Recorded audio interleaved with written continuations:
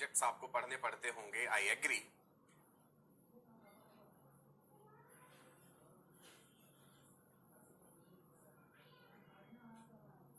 अपनी एनर्जीज को इधर उधर वेस्ट नहीं करना है, डाइवर्ट नहीं करना है, ये बड़ा जरूरी है। फोकस्ड रह के फुल एनर्जी के साथ, फुल डेडिकेशन और एक विश्वास के साथ जब हम अपने मार्ग में आगे बढ़ते हैं, सो सफलता मिलने की संभावना उतनी ही ज्यादा हो जाती है। कागज कलम तैयार रखिए, इंपॉर्टेंट नोट्स साथ के साथ बना लीजिएगा। चैप्टर हमारा चल रहा है sexual reproduction in flowering plants, यानी angiosperms.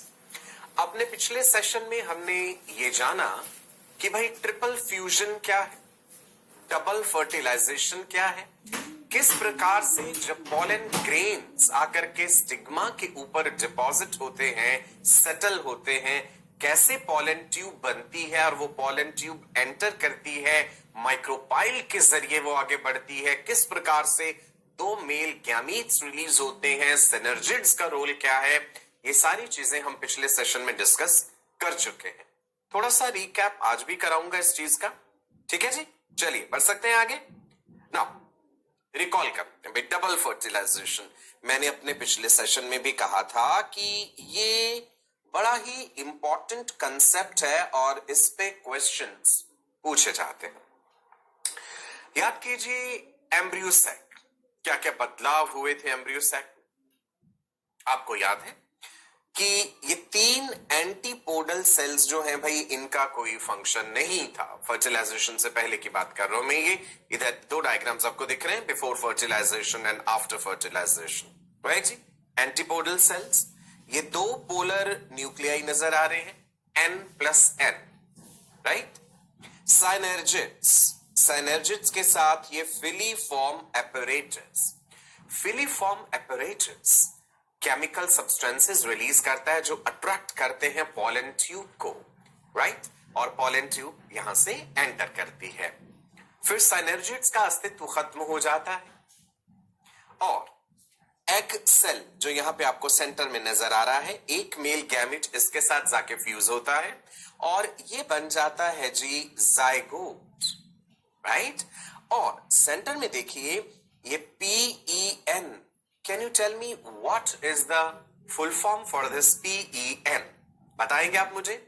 PEN, it stands for primary endosperm nucleus। याद है PEN, ओके। सो ट्रिप्लॉइड 3N, क्यों लिखा 3N हमने? बिकॉज 2 पोलर न्यूक्लियाई थे N+N और इनके साथ एक मेल गैमीट आकर के जुड़ा तो बन गए जी ट्रिप्लॉइड, ओके। ये सारी चीजें हमने पढ़ी थी पिछले सेशन में। ये है ट्रिपल फ्यूजन और बिकॉज 2 फर्टिलाइजेशन आपको यहां पे नजर आए तो हमने डबल फर्टिलाइजेशन इसे कहा था। सवाल ये उठता है that what happens after a successful fertilization. Events in sexual reproduction याद कीजिए, pre fertilization events, fertilization, post fertilization events. Pre fertilization events में क्या था? गैमेटोजेनेसिस, गैमीट्स का बनना, राइट। पॉलिनेशन, पॉलिनेशन के अलग अलग प्रकार हमने पढ़े कि भाई क्या बायोटिक एजेंसीज इन्वॉल्व हैं या एबायोटिक एजेंसीज इन्वॉल्व हैं। एबायोटिक में क्या क्या था? विंड, विंड से होने वाला पॉलिनेशन के लिए क्या टेक्निकल टर्म था? You remember that? जब पॉलिनेशन की एजेंसी विंड है तो उसके लिए टेक्निकल टर्म एनीमोफिली, राइट। और जब पानी है, जब पानी के जरिए हो रहा है हाइड्रोफिली। जब बर्ड्स के जरिए हो रहा है, बर्ड्स के लिए क्या टर्म यूज किया था? ऑर्निथोफिली। जब बैट्स के थ्रू हो रहा है उसके लिए क्या टर्म था? Chiropterophily. Insects entomophily, right. So pollination ये हमने पढ़ लिया था भाई प्री फर्टिलाइजेशन इवेंट्स। फिर हमने फर्टिलाइजेशन पढ़ा पिछले पूरे सेशन में, डिटेल में डिस्कस किया। अब हमने ये जिक्र करना है कि भाई फर्टिलाइजेशन हो गया, अब इसके बाद क्या क्या होगा उस एंडोस्पर्म का? वो जो जाइगोट बन गया है, किस प्रकार वो भ्रूण बनाएगा, एम्ब्रियो बनाएगा, एम्ब्रियोजेनिक के प्रोसेस। अब जब एम्ब्रियो बन रहा है तो उसे पोषण भी चाहिए, उसे न्यूट्रिशन भी चाहिए, तो एंडोस्पर्म उसे न्यूट्रिशन देगा। Okay, so now we are going to discuss kind of post fertilization events. आप एक फ्लावर का स्ट्रक्चर याद करके देखिए। एक फ्लावर में मान लीजिए अगर मैं बाइसेक्सुअल फ्लावर की बात कर रहा हूं, बाहर वाला वर्ल कैलेक्स जिसमें सेपल्स हैं, उसके अंदर corolla petals brilliantly coloured aromatic pollinators को अट्रैक्ट करने के लिए, फिर मेल रिप्रोडक्टिव वर्ल एंड्रोशियम जिसमें स्टेमन्स हैं, एंथर फिलामेंट, एंथर का स्ट्रक्चर डिस्कस्ड, उसके बाद फीमेल रिप्रोडक्टिव पार्ट जो है दैट इज द पिस्टल और द कार्पल जिसमें stigma style and ovary. Fertilization के बाद यही ओवरी बन जाती है फ्रूट्स। ओवरी के अंदर जो ओव्यूल्स हैं वो क्या बन जाएंगे? ओवरी के अंदर जो ओव्यूल्स हैं वो बन जाएंगे बीज यानी सीड। तो ये हमने समझना है। खूबसूरत सा फल भी आपको नजर आ रहा है जी यहाँ पे, राइट? आप देख पा रहे हैं किस प्रकार ये ब्लूम करा फ्लावर, ये फूल खिला, फर्टिलाइजेशन होगा, उसके बाद फल बनेंगे। तो यही सारी चीज हमने आज डिस्कस करनी है, राइट? हेडिंग दे लीजिए, कॉपी पेन तैयार है और हेडिंग दीजिए post fertilization events. Main points हम साथ के साथ लिखते जाएंगे ताकि रिवीजन भी हमारे लिए आसान। ओके, सी पोस्ट फर्टिलाइजेशन इवेंट्स में हम क्या क्या पढ़ेंगे, आप भी लिखेंगे मेरे साथ, बिल्कुल जी। Number 1, endosperm development.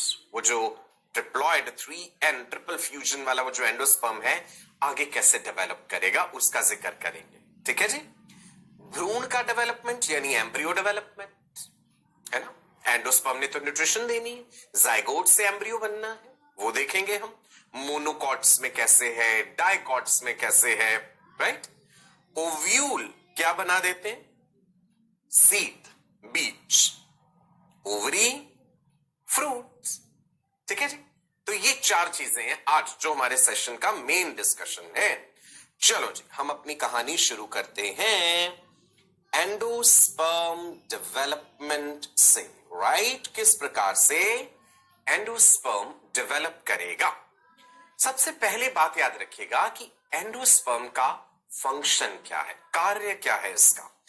Main source of nutrition, पोषण का मुख्य source, main source of nutrition. किसके लिए, किसको देना है वो पोषण, वो न्यूट्रिशन किसको चाहिए? For the embryo in the seed. Ovule seed में परिवर्तित हो जाएगा, उस सीड के अंदर है भ्रूण, एम्ब्रियो, उसे पोषण चाहिए, right? It should begin before the embryo development starts. अब स्वाभाविक सी बात है, आप एम्ब्रियो को न्यूट्रिशन देने जा रहे हो, एम्ब्रियो का आप डेवलपमेंट सोच रहे हो, तो उससे पहले उसके लिए पोषण का वो सोर्स तो तैयार होना चाहिए। इसीलिए हमने एंडोस्पर्म डेवलपमेंट की बात पहले करी। डायग्राम पे आइए वापस। PEN triploid primary endosperm nucleus जो है, ये पूरा क्या था जी? Primary endosperm cell. वो जो सेंट्रल सेल था बड़ा सा, उसकी 2 न्यूक्लियस के साथ एक मेल गैमीट आके जुड़ा, N+N+N, ये ट्रिपल फ्यूजन का नतीजा ये था। ये है जी जाइगोट। डिप्लॉयड 2 सिनर्जिड्स जो दाएं बाएं नजर आ रहे हैं, उनका अस्तित्व तो खत्म हो जाएगा।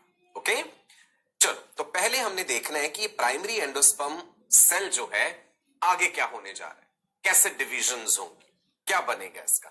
Let's see. Primary endosperm cell will form the endosperm tissue. Okay, diagram number 1, इसको मैं डायग्राम नंबर 1 कह देता हूं, इसको कह देता हूं जी डायग्राम नंबर 2। दोनों में अंतर देखिए गौर से, लेबलिंग देख रहे हैं। प्राइमरी एंडोस्पर्म सेल, ये उसका न्यूक्लियस PEN ट्रिप्लॉइड। अब दूसरी तरफ आप देखिए, हमने प्राइमरी एंडोस्पर्म सेल से एंडोस्पर्म बना दिया और बीच में ये दिखाया है ये एम्ब्रियो, ये भ्रूण।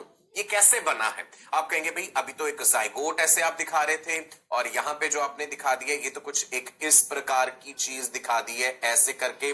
तो ये पूरा डेवलपमेंट मैंने आपको भी समझाना है कि इस जाइगोट से, डिप्लॉयड है ना जाइगोट 2N, इस जाइगोट से ये इस तरह की शेप वाला ये भ्रूण, ये एम्ब्रियो कैसे बना, ये तो हम डिस्कस करेंगे अभी, कैसे सेलुलर डिविजन्स हुए।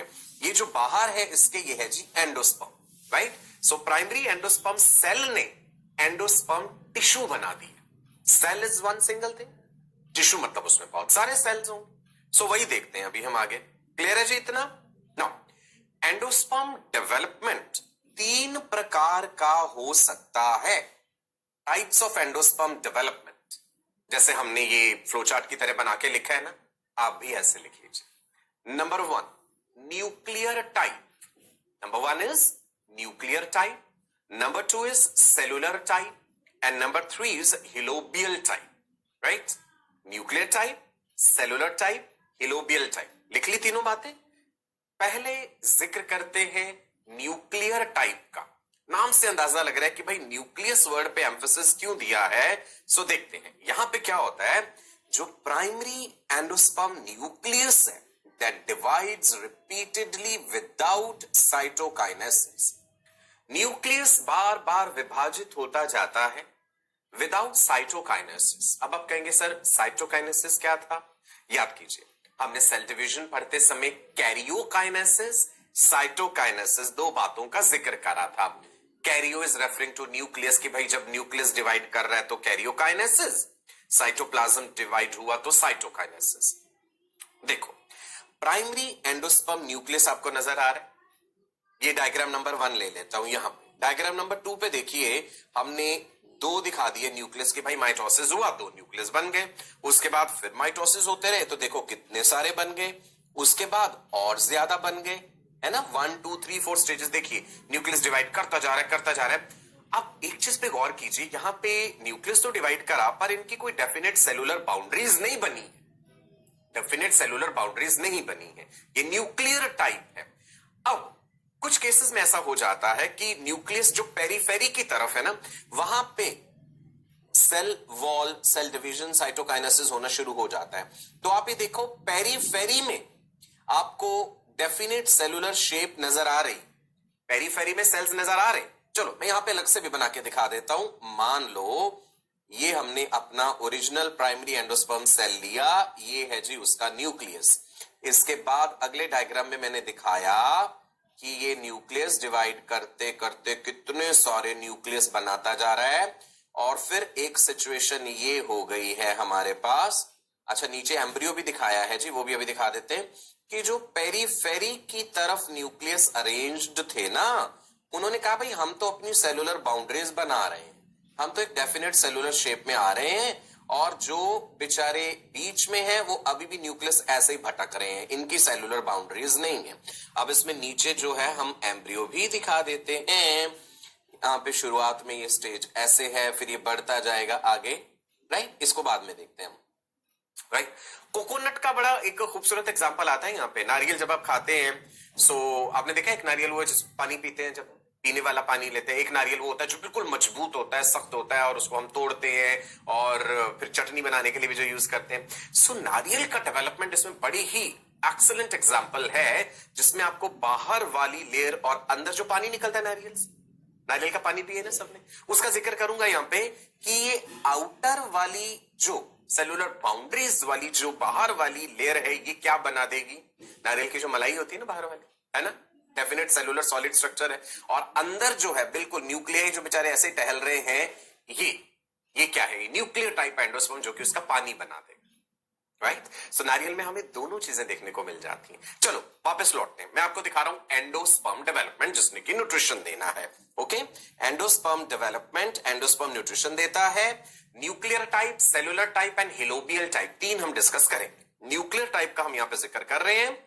The primary endosperm nucleus divides repeatedly without cytokinesis. Now cytokinesis को हमने और कैरियोकाइनेसिस को आपके सामने दोबारा लिखा है यहां पे, ताकि आप रिकॉल कर ले उस चीज को। पढ़ तो चुके हैं हम क्लास 11th के सिलेबस में, माइटोसिस पढ़ते समय कैरियोकाइनेसिस एंड साइटोकाइनेसिस टर्म्स हमने पढ़े थे। Karyon word is related to nucleus, kinesis means movement, so it is the division of the nucleus. And what is cytokinesis? Cytos is referring to cell, so cytokinesis is division of cytoplasm. ये terms यहां क्यों बताई? क्योंकि अभी उससे पहले जब nuclear type of endosperm development की बात कर रहे हैं, उसमें जो है केवल कैरियोकाइनेसिस हो रहा है, साइटोकाइनेसिस नहीं हो रहा। सो primary endosperm nucleus divides repeatedly without cytokinesis, जिसके कारण formation of large number of free nuclei. We call it free nuclear endosperm. दिख रही है बीच में हल्के से पिंक से कलर से जो हमने दिखाई है ढेर सारी फ्री न्यूक्लियाई. पेरिफेरी की तरफ पर गौर मत कीजिए, सेंटर में देखिए, बीच में देखिए, है ना, ढेर सारी फ्री न्यूक्लियाई दिख गई. और सेल वॉल फॉर्मेशन जो है, cell wall formation is from the periphery towards the centre. Peripheral region में हुआ सेल वॉल फॉर्मेशन. तो ये मल्टी सेलुलर एंडोस्पर्म है जी हमारा. मेज में rice, wheat, cotton, sunflower. Coconut का एग्जांपल अभी समझाऊंगा आगे आपको. ठीक है जी, एग्जांपल याद हो गई. मेज, rice, wheat, cotton and sunflower, सूरजमुखी. चलो अब आ गई एक इंटरेस्टिंग बात. क्या है वो इंटरेस्टिंग बात? Coconut cell wall formation is incomplete. Cell wall का फॉर्मेशन इनकम्प्लीट. इनकम्प्लीट कैसे? नारियल में आपने देखा है एक बाहर का पोर्शन व्हाइट कर्नल है और एक अंदर है जी कोकोनट का जो पानी है, नारियल पानी. अब आप इस चीज पे गौर कीजिएगा, मैं रेड कलर से इसको हाईलाइट कर देता हूं. ये वाली चीज जहां मैंने टिक करा, ये कैसा नारियल है? पानी वाला नारियल भी होता है ना, एक तो सख्त नारियल हो जाता है बिल्कुल, जो बाहर से एकदम ब्राउन कलर का है, राइट, जिसको घर में लाके हम छीलते हैं, फिर उसे तोड़ते हैं. उसका जिक्र नहीं कर रहा यहां पे मैं ये वाला, ये जो ऐसे कच्चा नारियल आपको दिख रहा है ना, हरे रंग का, पानी पीते हैं जिसमें हम, तो उसमें मलाई वाला पोर्शन होता है ना. कई बार आप कहते होंगे नारियल वाले से कि भैया वो देना जिसमें मलाई भी निकले. सो वो जो आउटर वाला कोट है, ये व्हाइट कलर का, white kernel, that is outer multi cellular solid endosperm, जहां पे सेल वॉल फॉर्मेशन हो गया. और जो अंदर है वो पानी है नारियल का. इनर मल्टी न्यूक्लिएटेड यानी free nuclei, that is the liquid endosperm. तो आपको दो बातें समझ में आई यहां पे. कोकोनट में सॉलिड एंडोस्पर्म बाहर वाला, पेरिफेरी से सेल वॉल फॉर्मेशन शुरू हो गया था. अंदर की तरफ लिक्विड एंडोस्पर्म है. नो प्लीज याद रखिएगा, this can be framed as a question. ये जो स्लाइड है ये इंपॉर्टेंट है, मैं लिख रहा हूं, this can be framed as a question in NEET. Coconut very good example है इस चीज का. चलो जी आगे बढ़ते हैं. कोकोनट वाटर जो है इसको प्लांट टिश्यू कल्चर में भी यूज किया जाता है, राइट जी. सेल डिवीजन को स्टिमुलेट करता है, बड़ा अच्छा न्यूट्रिएंट मटेरियल है. सो आप देख पा रहे हैं यहां पे प्लांट टिश्यू कल्चर में कोकोनट वाटर इस्तेमाल किया जाता है. और नारियल का पानी वैसे भी बहुत अच्छा है पीने के लिए भी, राइट. चलो जी आगे बढ़ते हैं. सेलुलर टाइप हमने पढ़ लिया, nuclear type. Now we come to the second type of endosperm development, that is cellular type. यहां पे primary endosperm nucleus divides followed by cytokinesis. यहां पे साइटोकाइनेसिस हो रहा है कंप्लीट. वहां पे क्या था, पहले ढेर सारे न्यूक्लियस बन गए, फिर पेरिफेरी से सेल वॉल फॉर्मेशन शुरू हुआ, राइट जी. So in the cellular type the primary endosperm nucleus is dividing and it is followed by cytokinesis. First division is usually transverse. पहला डिवीजन ट्रांसवर्स है. डायग्राम देखते हैं जी, डायग्राम नंबर 1. यहां पे primary endosperm nucleus एक दिख रहा है पिंक कलर का. डायग्राम नंबर 2 पे आइए, यहां पे आपको दो न्यूक्लियस दिख रहे हैं. ये मैं इसको अब रेड कलर से हाईलाइट करता हूं. एक ये न्यूक्लियस, एक ये न्यूक्लियस, और बीच में हमने कह दिया कि ये रहा जी ट्रांसवर्स डिवीजन, राइट. उसके बाद आप देखिए डायग्राम नंबर 3 जो है, डिविजन्स होते जा रहे हैं और ढेर सारे सेल बन गए. डायग्राम नंबर 4 में ढेर सारे सेल्स हैं. नीचे वो जो ब्राउन कलर का स्ट्रक्चर है वो भ्रूण है, एम्ब्रियो है, उस पे हम बाद में आते हैं. ठीक है जी. सेलुलर टाइप समझ आ गया. सेल वॉल फॉर्मेशन साथ के साथ हो रहा है यहां पे. सो एग्जाम्पल्स, पिटूनिया, बालसम, धतूरा, ये 3 एग्जाम्पल्स है. पहले क्या क्या एग्जाम्पल्स बताए थे मैंने, इससे पिछला जो था, रिमेंबर दैट, व्हीट, मेज, सनफ्लावर, राइस, याद है. चलो कॉटन एग्जांपल बताया था आपको. चलिए जी सेलुलर टाइप हो गया. तीसरा हिलोबियल टाइप, मोनोकॉट्स में. हिलोबियल टाइप में द फर्स्ट डिवीजन रिजल्ट्स, पहला डिवीजन जब हुआ है, this is diagram number 1, this is diagram number 2. अब आप देखिए जब डिवीजन हुआ आप कहेंगे सर डिवीजन एकदम ऐसा नहीं है कि दो डॉटर सेल इक्वल साइज के बन रहे हैं, एक बड़ा बन गया है एक छोटा बन गया है. जो शेलाजिल एंड की तरफ है वो छोटा है, small chalazal cell that is functioning as the base cell. The small chalazal cell is functioning as the base cell and the larger micropylar cell जो माइक्रोपाइलर एंड की तरफ है that is dividing further. Okay, can you see here? उसके बाद cell wall formation हुआ. This is diagram number 3. इसको number 4 लगा लीजिए. दैट मीन्स जब पहला डिवीजन हुआ तो वो इक्वल नहीं है, अनइक्वल है. एक छोटा वाला सेल, एक बड़ा वाला सेल. जो चेलेजल एंड की तरफ है वो छोटा है. चेलेजल एंड और माइक्रोपाइलर एंड आपको याद होगा ओव्यूल के स्ट्रक्चर में हमने पढ़ा था. जो चेलेजल एंड की तरफ है वो छोटा है and that is functioning as the base cell. And जो माइक्रोपाइलर एंड की तरफ है that is the larger one. और फिर वो फर्दर डिवाइड कर रहा है. अब आप देख लीजिए उसके फर्दर डिवीजन से आपको ये ढेर सारे न्यूक्लियस ऐसे दिखते आ रहे हैं, नजर आ रहे हैं, राइट? ये बीच में एम्ब्रियो है ये. So this is how this helobial type of endosperm is developing and this is the example. Erameurus. Clear है? Nuclear type, cellular type and then helobial type. चलो आगे बढ़ते. सवाल पूछ सकते हैं आपसे. हम क्या पढ़ रहे हैं जी? Post fertilization events. मैं फिर से रिकैप करा दूं भाई साथ के साथ, जरूरी है. हमने पढ़ा कि सेक्सुअल रिप्रोडक्शन में pre fertilization events, fertilization, post fertilization events. आज की कहानी पोस्ट फर्टिलाइजेशन इवेंट्स को लेकर के है.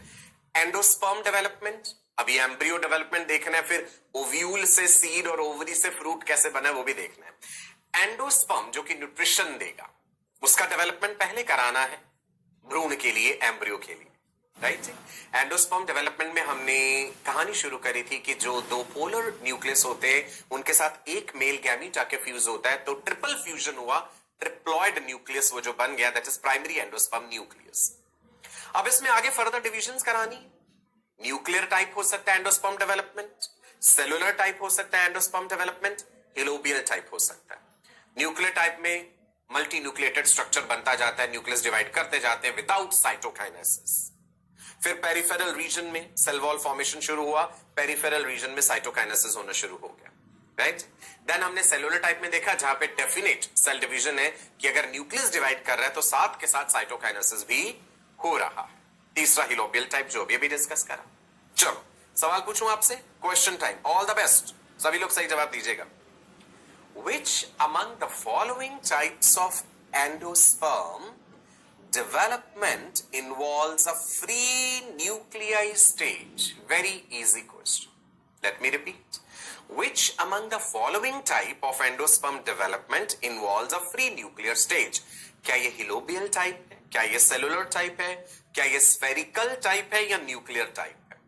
The answer is very easy. सबसे पहला जो हमने देखा था endosperm development that is nuclear type, right? चलो एक और इंटरेस्टिंग बात बताऊं. देखो, endosperm is completely consumed before the seed maturation. Endosperm ने क्या देना? न्यूट्रिशन ही तो देना है. तो एम्ब्रियो उस न्यूट्रिशन को कंप्लीटली कंज्यूम कर लेता है before the seed formation. Examples आपको यहां पे दी गई हैं, पी के केस में, ग्राउंडनट के केस में. अब जब आगे हम एम्ब्रियो डेवलपमेंट पढ़ेंगे ना कि भाई मोनोकॉट्स में एंड डाइकॉट्स में क्या डिफरेंसेस रहते हैं एम्ब्रियो डेवलपमेंट में, तब आपको ये बात और अच्छे से समझ आ जाएगी. ओके, चलो देखिए जरा ये क्या दिखाएगी स्लाइड. क्या दिखा रही है आपको? एक तरफ मुर्गी है, एक तरफ कुछ अंडे हैं. बचपन से ही ये सवाल आप सुनते आ रहे हैं कि पहले मुर्गी आई है या पहले अंडा आया है. सादी भाषा में हम ये कहते हैं कि भाई ये पूछा जा रहा है कि पहले किसी भी ऑर्गेनिज्म का एम्ब्रियोनिक स्टेज है या पहले वो खुद एडल्ट है ना? भाई इसका जवाब तो इवोल्यूशन में छुपा है. आने वाले चैप्टर्स में जब हम इवोल्यूशन पढ़ेंगे तब हम ये जानेंगे कि कैसे यूनिसेलुलर फॉर्म्स ऑफ लाइफ थे, उससे फिर आगे मल्टीसेलुलर फॉर्म्स ऑफ लाइफ जो है वो इवॉल्व हुए हैं, कैसे ये रिप्रोडक्शन का कॉम्प्लेक्स प्रोसेस इवॉल्व हुआ है. सो ये जो चिकन एंड एग पैराडॉक्स हम कह देते हैं, ऐसा सा ही कुछ हम प्लांट पे भी तो लागू कर सकते हैं. क्या किसी प्लांट का पहले बीज आया या पहले वो खुद प्लांट आया? अगर आप कहेंगे पहले बीज था तो आप कहेंगे बीज कहां से आ गया? वो तो प्लांट से ही आएगा. सो प्लांट कहां से आ गया? वो तो बीज से ही आएगा. So let's understand that embryo development. लिखा है जी what came first, was it the seed or the plant So now let's see the next stage in the post fertilization event, that is the embryo development. अभी तक क्या पढ़ लिया? Endosperm development. Endosperm किस लिए है? न्यूट्रिशन के लिए है. भ्रूण को, एम्ब्रियो को न्यूट्रिशन देना पड़ेगा ना. अगर आप एनिमल्स की बात भी करें, मान लो जो ओवीपेरस एनिमल्स भी होते हैं, जो अंडे देते हैं बेटा, उनके एग में भी तो योक होता है ना, ताकि वो एम्ब्रियो को न्यूट्रिशन दे सके. और जहां पे योकी एग्स नहीं है, मान लो इंटरनल फर्टिलाइजेशन है, जहां प्लेसेंटा बनता है जैसे मैमल्स में, तो फिर प्लेसेंटा के जरिए न्यूट्रिशन मिलता है एम्ब्रियो को. ठीक है, चलिए अब आप ये देखिए, इस एक छोटे से वीडियो के जरिए कितनी खूबसूरती से दिखाया गया है कि ये नन्हा सा बीज अंकुरित होकर के एक पौधा कैसे बना रहा है. And you can see the cotyledons also, you can see the leaves emerging out. ये कुछ टर्म्स हमने पहले भी पढ़ी हुई हैं, आप याद कीजिए. रेडिकल क्या है, प्लेम्यूल क्या है, root system, shoot system, coleoptile, coleorhiza, epicotyl, hypocotyl, ये सारी टर्म्स फिर रिवाइज होंगी. अभी आप जब हमने क्लास 11th पढ़ा था उसमें ये सारी चीजें हमने पढ़ी हुई हैं. चलो जी पढ़ते हैं आगे. सो पोस्ट फर्टिलाइजेशन इवेंट में ऑल माई राजा बेटा एंड रानी बेटियां, we are going to discuss embryo development. याद रहे, वर्ल्ड फेमस डॉक्टर बनना है और उसके लिए हम कुछ भी करेंगे, कितनी भी कड़ी मेहनत करनी पड़ेगी, करेंगे. हार्ड वर्क के साथ साथ स्मार्ट वर्क भी जरूरी है. स्मार्ट वर्क क्या है?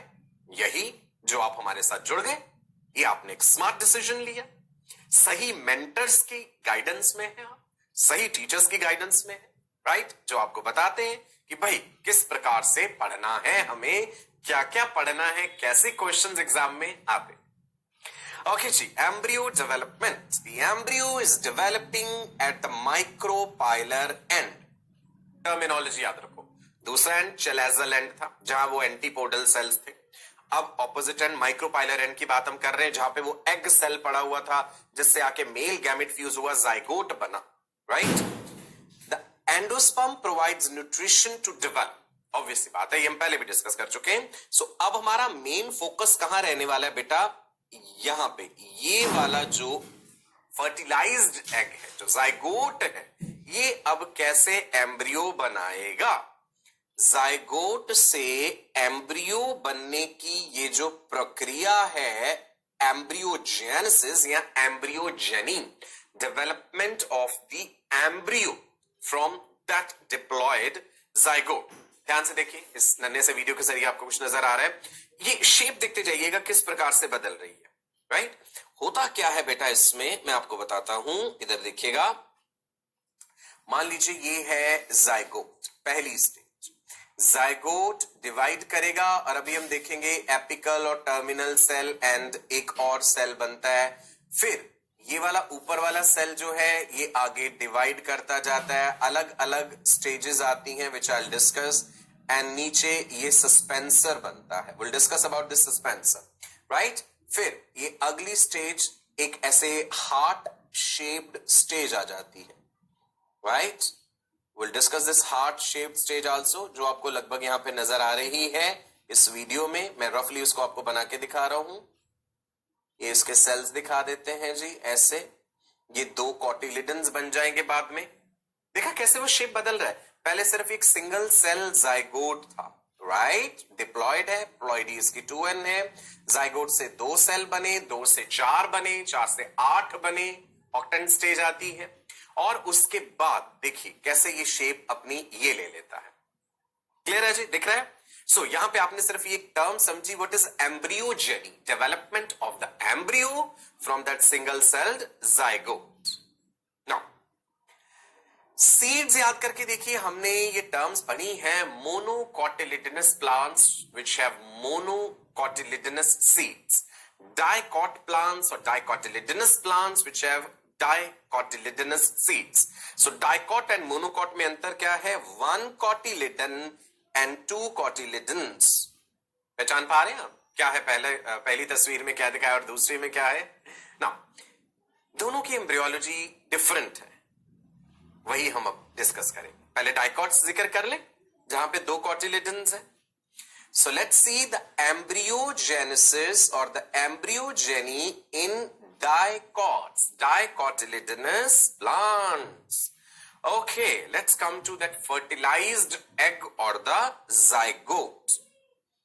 Division of the zygote to form terminal cell and the basal cell. zygote में डिवीजन हुआ, दो सेल बन गए, माइटोसिस है ये, मियोसिस नहीं, ठीक है। दो सेल बने, एक सेल का नाम हमने दे दिया एपिकल सेल, दूसरे सेल का नाम दे दिया बेसल सेल। एपिकल सेल को ही टर्मिनल सेल भी कहते हैं और यही एम्ब्रियो बनाएगा। बेसल सेल बनाएगा सस्पेंसर। सस्पेंसर का काम क्या है अभी हम देखेंगे आगे। प्रो एम्ब्रियो क्या है? Embryo from two cell stage till differentiation of the different organs, ठीक है जी। प्रो एम्ब्रियो कह देते हैं, दो सेल स्टेज ऑनवर्ड्स जो है, जब तक कि प्रॉपरली ऑर्गन्स डिफरेंशिएट नहीं हो जाते। प्लांट्स में डेवलपमेंट उतना कॉम्प्लेक्स नहीं है जितना एनिमल एम्ब्रियोलॉजी है। जब हम ह्यूमन रिप्रोडक्शन पढ़ेंगे ना, तो उसमें हम ह्यूमन एम्ब्रियो का डेवलपमेंट भी पढ़ेंगे। वो काफी ज्यादा कॉम्प्लेक्स है, but will try our best to simplify it, ताकि आपको सारी चीजें आसानी से समझ आए। चलो वापस लौटते हैं। हम डाइकॉट्स का एम्ब्रियोजेनेसिस पढ़ रहे हैं। जाइगोट था, जाइगोट में डिवीजन हुआ, दो सेल बने, apical cell and the other is the basal cell. Apical cell का दूसरा नाम टर्मिनल सेल। जो टर्मिनल सेल है, एपिकल सेल जो है, इट अंडरगोज डिवीजन। अब आप देखिए, टर्मिनल सेल में डिविजन हुए हैं, आई शेप्ड एम्ब्रियो जो है वो बन गया है। मैं अभी बना के दिखाता हूं आपको। Each of the cell undergoes further division and octant stage आ जाती है। जो बेसल सेल है, ये वाला बेसल सेल ने 6 to 10 cell stage suspensor filament बना दी, ये रहा। ऊपर वाला सेल क्या था, मैं ए लिख देता हूं, इधर एपिकल रीजन है और इधर बेसल रीजन है। ये बेसल रीजन वाला सेल डिवाइड करता जा रहा है और 6 से 10 सेल्स की एक फिलामेंट बन जाती है, जो हमने आपको यहां पे ग्रीनिश से कलर से दिखाई है। हमारा फोकस है अभी यहां पे ऊपर। आपने देखा कि भाई वो जो जाइगोट था वो पहले डिवाइड करा तो एपिकल सेल एंड एक बन गया नीचे वाला बेसल सेल। एपिकल सेल में बेटा डिवीजन हुआ और बन गई ये टू सेल्ड स्टेज। ऐसे मान, आप ऐसे इमेजिन कीजिए, एक सेब है आपके पास, सेब को ऐसे आपने लंबाई में काट दिया, ठीक है। पहला प्लेन ऐसे काटा, उसके बाद जो सेकंड प्लेन आपने काटा वो पहले वाले के 90 डिग्री एंगल पे ऐसे काट दिया। जैसे पहला ऐसे था तो दूसरा ऐसे, तो सेब के 4 टुकड़े हो गए। फिर वो जो 4 टुकड़ों वाला सेब है उसको आपने बीच में से ऐसे काटा। पहले तो आप लॉन्गिट्यूडनली काट रहे थे, पहला डिवीजन लॉन्गिट्यूडनल, दूसरा लॉन्गिट्यूडनल डिवीजन पहले वाले के 90 डिग्री, लेकिन है वो भी लॉन्गिट्यूडनल, तो 4 टुकड़ों वाला सेब हो गया। जैसे मान लो ये मेरे सामने 4 टुकड़ों वाला सेब है। अगला डिवीजन मैंने ऐसे ले जाना है। पहले मैंने इसे लंबाई में काटा था 2 बार, एक बार ऐसे काटा, एक बार ऐसे काटा, तो ये 4 टुकड़े मेरे सामने हो गए। फिर मैंने ऐसे काटा है, तो अब क्या 8 टुकड़े हो गए, 4 ऊपर 4 नीचे, 4 ऊपर 4 नीचे, है ना। जैसे मैं दिखाऊं कि मान लो ये पहले 4 टुकड़े थे, जो मैं ऊपर से ऐसे करके देखूंगा तो 4 टुकड़े मुझे नजर आ रहे हैं। अब मैंने इसे ऐसे काट दिया, जब मैं इसे ऐसे काट दूंगा तो टोटल तो 8 है, पर ऊपर से देखूंगा तो इसे 4 ही दिखेंगे ना। तो मैं अगली स्टेज आपको दिखाता हूं कुछ इस तरह से, जस्ट फॉर योर अंडरस्टैंडिंग। ये ऐसे दिखा दिया हमने कि भाई ये रहे, बीच में 4 नजर आ रहे हैं और 4 बाहर, टोटल 8। अगर आप ऐसे देखेंगे, 4 नीचे 4 ऊपर। सेब का एग्जांपल देके मैंने बड़ी अच्छी तरीके से समझा दिया आपको, राइट जी। सो उसी को ऑक्टेंट स्टेज कहा है, एम्ब्रियो की ऑक्टेंट स्टेज हमने कहा है। और ये नीचे सस्पेंसर फिलामेंट बनती जा रही है। सस्पेंसर का काम होगा कि उस एम्ब्रियो को एंडोस्पर्म की तरफ धकेलते रहे कि भाई एंडोस्पर्म से न्यूट्रिशन लेते रहो तुम, है ना। एंडोस्पर्म तो उसके ऊपर ही है, जाइगोट के ऊपर ऊपर ही था वो प्राइमरी एंडोस्पर्म न्यूक्लियस जिससे एंडोस्पर्म टिश्यू बना है। Is it clear? इतना क्लियर है? हाँ जी, क्लियर है। जाइगोट में डिवीजन हुआ, एपिकल सेल जिसको टर्मिनल सेल भी कहा और बेसल सेल। बेसल सेल ने सस्पेंसर या सस्पेंसरी फिलामेंट बना देने हैं। एपिकल सेल में डिवीजन हुआ, 2 सेल, फिर 4 सेल, फिर 8 सेल। 8 सेल वाली स्टेज ऑक्टेंट स्टेज है, राइट। चलो आगे बढ़ते हैं। ऑक्टेंट स्टेज के बाद हमें मिलता है देखने को एक ट्रायंगुलर एम्ब्रियो। ये ट्रायंगल शेप सी आ जाती है, ये लगभग कुछ ऐसा सा हो जाता है। आप भी बनाते जाइए ऐसे। ये नीचे हम दिखा देते हैं जी अपना सस्पेंसर, ओके। ये सस्पेंसर का पहला सेल जो है थोड़ा बड़ा दिखाते हैं हम ऐसे। तो ये ट्रायंगुलर स्टेज जो है ऑब्वियसली यहाँ सेल्स ही सेल्स होंगे। पहले ये ऑक्टेंट स्टेज था, 8 सेल थे, 8 से ये 16 सेल स्टेज हुई होगी, फिर ये उससे ज्यादा हो गई ऐसे। ये रहे हमारे सेल्स ट्रायंगुलर स्टेज वाले। इससे पिछली स्टेज क्या थी, ऐसे ग्लोब्यूलर सी स्टेज बना देते। एक ये है ना, एक ये गोला, एक ये गोला दिखा देता हूं ऐसे, है ना। ये रफली सा दिखाया हमने बिल्कुल। ये सेल रहा, ये एक सेल, ये एक सेल, ये 4 बड़े बड़े से, और उसके ऊपर भी ऐसे 4 है। वो एप्पल वाला एग्जांपल याद रख लिए। और उसके बाद ये नीचे यहाँ हाइपोफाइसिस भी अभी एक टर्म पढ़ेंगे हम। आप कहेंगे सर हाइपोफाइसिस तो हमने पिट्यूटरी ग्लैंड का भी दूसरा नाम पढ़ा है। So globular stage, then we are seeing the triangular stage, octant stage. Octant stage के बाद ग्लोब्यूलर स्टेज है, उसके बाद ट्रायंगुलर स्टेज है। ठीक है, नेक्स्ट क्या हो रहा है, ये हार्ट शेप्ड एम्ब्रियो बन जाता है जिसमें एक शॉर्ट एक्सिस है बीच में और 2 कॉटिलिडन्स है। ये एम्ब्रियोनिक डेवलपमेंट की स्टेजेस है बेटा, एम्ब्रियोनिक डेवलपमेंट की स्टेजेस हैं। जैसे हम लिख दें कि भाई ऑक्टेंट स्टेज वो 8 वाला, ओके। ऑक्टेंट स्टेज के बाद देख लेते हैं जी ग्लोब्यूलर स्टेज भी आया है, ग्लोब शेप्ड ऐसे। उसके बाद हार्ट है, राइट, टॉर्पीडो स्टेज भी आता है। नाउ ट्रायंगुलर एम्ब्रियो मैं लिख दूं इसको, what is this, this is triangular embryo, okay. Important है, चीजें इजी हैं, याद रख सकते हैं आप आराम से। अब आप देखिए ये ट्रायंगुलर स्टेज से हार्ट बना है, कैसे, हम बीच में एक डिप्रेशन सा ले आते हैं यहां पे, इसी डायग्राम को आगे बढ़ाते हैं कुछ इस तरह से। ये बीच में एक डिप्रेशन ले आइए ऐसे, और इसको फिर हम ऐसे कर देते हैं, ये रहा। यहां पे वो हाइपोफाइसिस, नीचे वही सस्पेंसर, ये एक बड़ा सेल दिखा देते हैं। बना रहे हैं जी आप डायग्राम साथ साथ, राइट। प्रैक्टिस साथ साथ करते रहिए, that is very important. Confidence भी आ जाता है कि भाई हमने क्लास में साथ के साथ डायग्राम बना लिया था, तो अब हम बाद में भी बना सकते हैं, ओके। देखो कितना इजी था, मैंने सेल्स में न्यूक्लियस दिखा देना बीच में, राइट, ऑब्वियसली सभी सेल्स में न्यूक्लियस होगा। देखो जैसा डायग्राम बना हुआ मैंने मिलता जुलता बना दिया वहां से। ये बीच में जो है इसको हम कह देते हैं जी axis, short axis, embryonic axis कह दीजिए। और ये जो 2 साइडों में दिख रहे हैं ना आपको ऐसे, ये टोटल सिचुएशन ना लगभग कुछ ऐसे सी हो जाएगी। ऐसे इमेजिन कर लो, ये जो 2 पंख से नजर आ रहे हैं साइडों में, ये कॉटिलिडन्स है। अब ये पूरे का पूरा एम्ब्रियो ऐसे फोल्ड करेगा, एम्ब्रियोनिक फोल्डिंग होगी, वो अगले डायग्राम में देखेंगे हम, राइट जी। ये नीचे वाली चीज जो है, this is what is the hypophysis, and these are going to form what, cotyledons, 2 cotyledons, क्योंकि हम डाइकॉट्स का पढ़ रहे हैं development. So this is cotyledon, 2 cotyledons आपको नजर आ रहे हैं। इतना क्लियर हुआ एम्ब्रियो चेनिंग? फिर से रिपीट कर दूं, एम्ब्रियो डिवाइड करा, इधर देखो पीछे वाली स्लाइड में, एम्ब्रियो डिवाइड करा, एक एपिकल सेल ऊपर वाला, नीचे बेसल सेल, फिर एपिकल सेल डिवाइड करता गया, उसने एम्ब्रियो बनाना है। जाइगोट के डिवीजन से apical cell and basal cell बना था, है ना। बेसल सेल ने क्या बना दिया जी, सस्पेंसर। और एपिकल सेल में कैसे ऑक्टेंट स्टेज आई थी, ये समझाया मैंने आपको। उसके बाद आपने देखा ऑक्टेंट के बाद ग्लोब्यूलर स्टेज भी आती है। Shall I write here, globular, globular stage, then we are seeing the triangular stage, and then we are seeing what, the heart. Let me write here, this is heart shaped embryo, जिसमें बीच में आप एक वो imaginary axis कह लीजिए, embryonic axis, उसी में आपको एपिकोटाइल और हाइपोकोटाइल भी समझाऊंगा।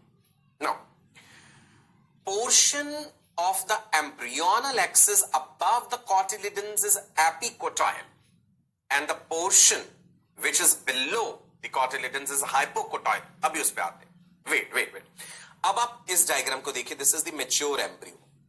अब कहेंगे कि पिछले वाले डायग्राम से तो बिल्कुल ही डिफरेंट है। यहां पे क्या हुआ है बेटा, ऐसे करके हमने फोल्डिंग दिखा दी। ये जो ऐसे चीज दिखा रहे थे ना, ये जो 2 कॉटिलिडन्स थे, ये ऐसे करके फोल्ड कर गए, बिल्कुल ठीक है जी, राइट।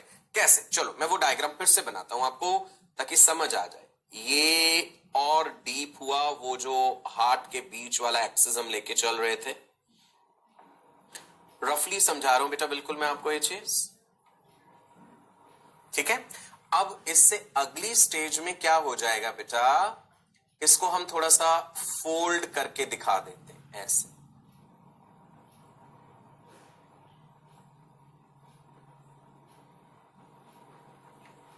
लाइक दिस, और उसके बाद इसको और ज्यादा फोल्ड कर दीजिए, ऐसे करके दिख रहा है ना। अब ऐसे ऐसे ऐसे ऐसे ले जाइए, तो वो जो दो कॉटिलिडन्स हैं, ये देखिए आपको, ये रहे ये दो कॉटिलिडन्स फोल्ड होके ऐसे आ गए, राइट। बीच वाली हमारी वो एक्सिस है, सो ये एक्सिस से ऐसे फोल्ड हुए। एक्सिस का जो हिस्सा कॉटिलिडन्स के ऊपर रह जाएगा, that is what is called as the epicotyl. ये देखो, ये रहा epicotyl, right. Epicotyl terminates with stem tip और the plumule, right.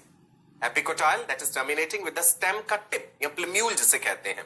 Shoot axis ऐसे ही नीचे रेडिकल होगा, that is going to form the root axis.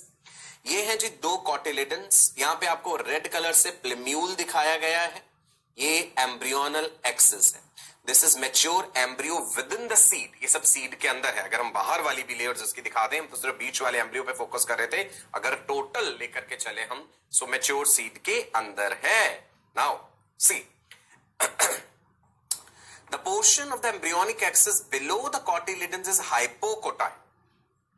ये एम्ब्रियोनिक एक्सिस है, जो पोर्शन नीचे है दैट इज हाइपोकोटाइल, और hypocotyl terminates with root tip और द रेडिकल।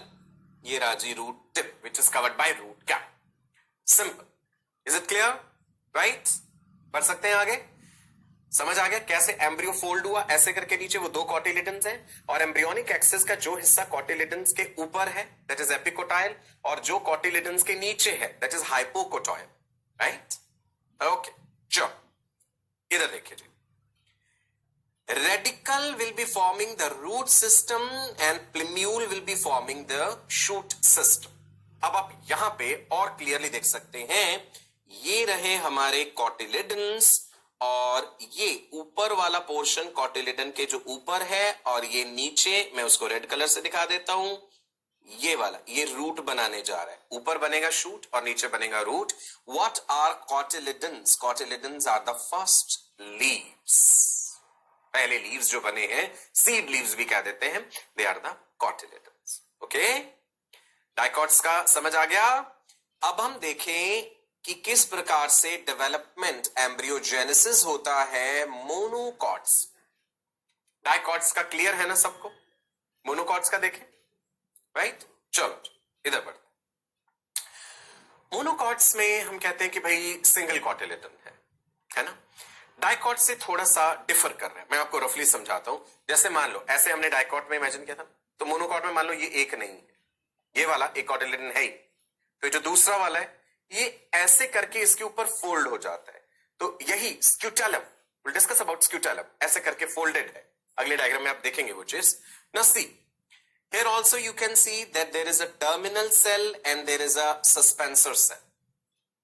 Initial stages लगभग वैसी ही है, right? टर्मिनल सेल है, सस्पेंसर सेल है। नाउ सी, सस्पेंसर का काम क्या है कि भाई एम्ब्रियो को पुश करते जाना एंडोस्पर्म की तरफ। सस्पेंसर का काम है एंडोस्पर्म की तरफ पुश करना, ताकि वहां से वो न्यूट्रिशन ले सके, राइट। प्लेम्यूल, यहां भी स्टेजेस आएंगे, there will be 2 cell stage, there will be 4 cell stage. The cotyledon called scutellum. अब इस डायग्राम को गौर से देखिए, बहुत सारी चीजें समझने वाली हैं इसमें। ये रहा स्क्यूटेलम, दैट्स द कॉटिलिडन। ऐसे दो मान के चल रहे थे ना पहले, एक मान लो, ऐसे फोल्ड हो गया ऊपर, फोल्डिंग दिखाई है ना, ये कुछ इस तरह से। Radicle and the root cap are enclosed in a sheath called coleorhiza. ये टर्म हमने क्लास 11th के सिलेबस में भी पढ़ी थी। और से देखिए, ये रहा जी कोलियोराइजा, जो कवर कर रहा है रेडिकल को। Radicle is going to form the root and the root is covered by root cap. इसके ऊपर एक प्रोटेक्टिव शीथ जैसी चीज मान लीजिए, दैट इज कोलियोराइजा। इसी तरह से जो शूट एपेक्स है, जहां पे शूट बनना है, that is covered bye coleoptile. So these two terms are important, coleorhiza and coleoptile. Initial developmental stages लगभग वैसे ही हैं, आगे जाकर के डिफरेंस आ रहा है एम्ब्रियोजेनेसिस में. Epicotyl, shoot apex, few leaf primordia which are enclosed in coleoptile. As I already told you, this is what is coleoptile, covering the shoot apex. Here you can see the radicle covered by root cap which is enclosed by coleorhiza. Okay? Now, monocot embryo and dicot embryo development में कुछ main differences देखते हैं जो याद रखने वाली बात. Monocots में there is a single cotyledon and dicots में there are two cotyledons. Protective sheath called coleorhiza present on radicle, important point. Dicots में हमने कोई कोलियोराइजा शीथ नहीं देखा. Second, plumule envelope called coleoptile is present in monocots, but in dicots there is no coleoptile. 3 main बातें differences वाली याद रहेंगी आपको. चलो आगे बढ़े. What came first, the seed or the plant? वही बात जहां से कहानी शुरू करी थी भाई, चिकन एंड एग पैराडॉक्स वाली. तो बताओ पहले क्या आया है, बीज आए हैं प्लांट के या पहले प्लांट आया है? क्या पहले आई थी चीज? बता सकते हैं जी? What came first? Was it the plant? Was it the seed? पूरी डेवलपमेंट, पूरी एम्ब्रियोलॉजी जो है वो हमने पढ़ ली है. ओके, नाउ आगे हम क्या डिस्कस करेंगे इसमें, आगे आने वाले सेशंस में, और क्या चीजें इससे रिलेटेड हमने डिस्कस करनी है कि भाई ओवरी जो है that is going to form the fruit and the ovules are going to form the seed. Right, हम फ्रूट्स के बारे में भी पढ़ेंगे. There are true fruits, there are false fruits and there are parthenocarpic fruits. True fruits में क्या है भाई? ट्रू फ्रूट किससे डेवलप हुआ? ओवरीज से डेवलप हुआ, जैसे मैंगो हम खाते हैं. फॉल्स फ्रूट क्या है? ओवरीज से डेवलप ना होके किसी और पार्ट से डेवलप हुआ, जैसे एप्पल के केस में थैलेमस से डेवलप हो जाता है. पार्थिनोकार्पिक फ्रूट्स में आपने सुना होगा सीडलेस वाटरमेलन के बारे में भी. ये सारी चीजें हम अपने अगले सेशन में डिस्कस करेंगे.